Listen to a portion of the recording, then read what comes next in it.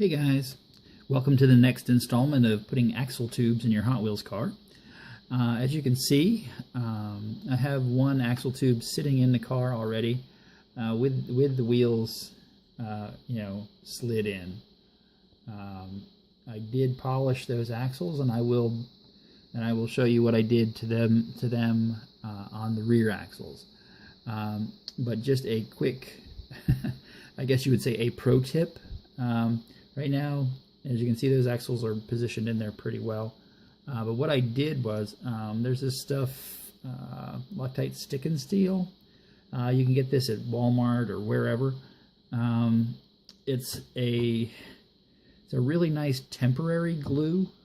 In other words, I wouldn't affix my axles permanently with that, but all I did was I just took a tiny little dab and just put it right in the middle underneath the axle, and set the axle down on it, and that way I'm not chasing loose axles all over the place during this video. Now, and I did want to address something while I was thinking about it. I was asked the other day, or I guess I don't know if it was yesterday or a couple days ago. I guess it must have been yesterday.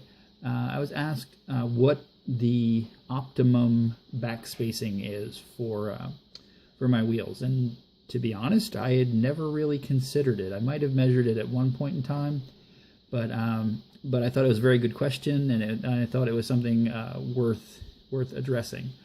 Now, I mean, I just tend to just kind of eyeball them, just so you have that little bit of play. You don't really want too much. You don't want the wheel to be tight on there, but how much is that? So I got my rather grungy looking feeler gauges out, and I don't know if I can show it here, but they are right about 20 thousandths. And oddly enough, 20 thousandths is very, very close to what the thickness of a Hot Wheels blister backing is. Blister backing might be a little thicker than that, but it's really, really close. So, yeah. If you go in the ballpark of 20 thousandths, you can go probably a little tighter than that if you want. But that's a nice, that's a pretty nice back spacing for your wheels. And if I can find them, I'll show you one other thing. I actually experimented with actually putting washers in behind the wheels also. I didn't see any marked improvement with it, but they did seem to make the car run really quiet, which I kind of liked. I haven't done it recently. Maybe I'll throw a set on the back if I can find them in my desk drawer here real quick. But yeah, so I will set up for the next shot, and I will be doing the rear wheels and polishing them, polishing the axles. So stay tuned. And just as a quick little note here, it's amazing what you can find on eBay if you just put in the right search parameters. I think these are like 1 millimeter flat washers. Or they might even be 0.8 millimeter flat washers. As you can see, they come all on a sprue, and they've obviously been stamped out. I've just been using the smallest ones here, and I haven't really experimented with it much, but maybe I'll throw a set in this car. And I have to say, they are really, really little. So, it probably doesn't do them justice here on screen because I have them right up in front of the camera, but yeah, they're really tiny. You can see next to the car, they are really little. But that's also an option. There's always stuff to tinker with and ideas to mess around with. But yeah, just thought you might want to check them out. It's kind of one of those things where it's like, wow, I didn't even know that existed. But sure enough, they do. So, again, I'll get back to working on the axles now. Okay, so here are the basic components. the axle tube from last night that I sized and everything. And I took, I do have the better of the wheels from 2 different cars. You can see they spin pretty gosh darn good, as they are.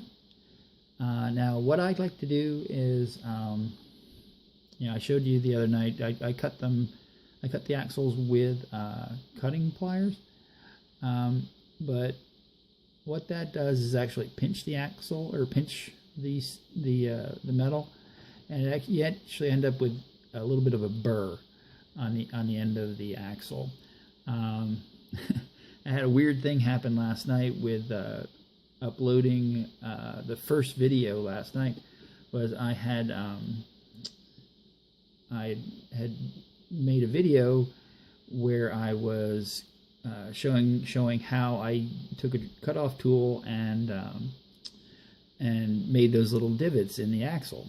Well, apparently YouTube does not like videos where you have cutting discs really close to your fingers, because that video would not upload.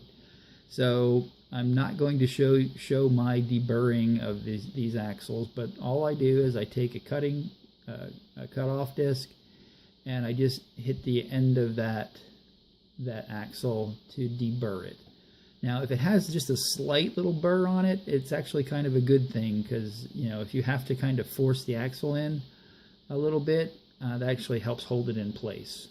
So I might not clean them completely up, but that's kind of a tough thing to get right. But I'm going to do that right now. I'm going to deburr these axles and test fit them in the axle tube.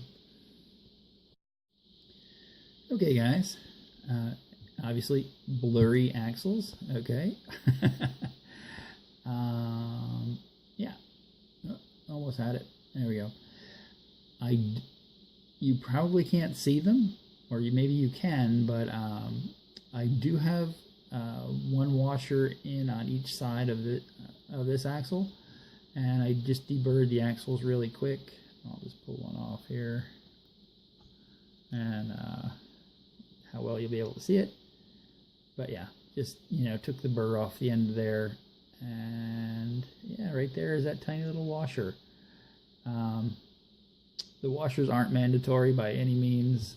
I basically just found them while I was digging through my desk drawer, looking for the glue, and I thought that might be something I could throw on here too.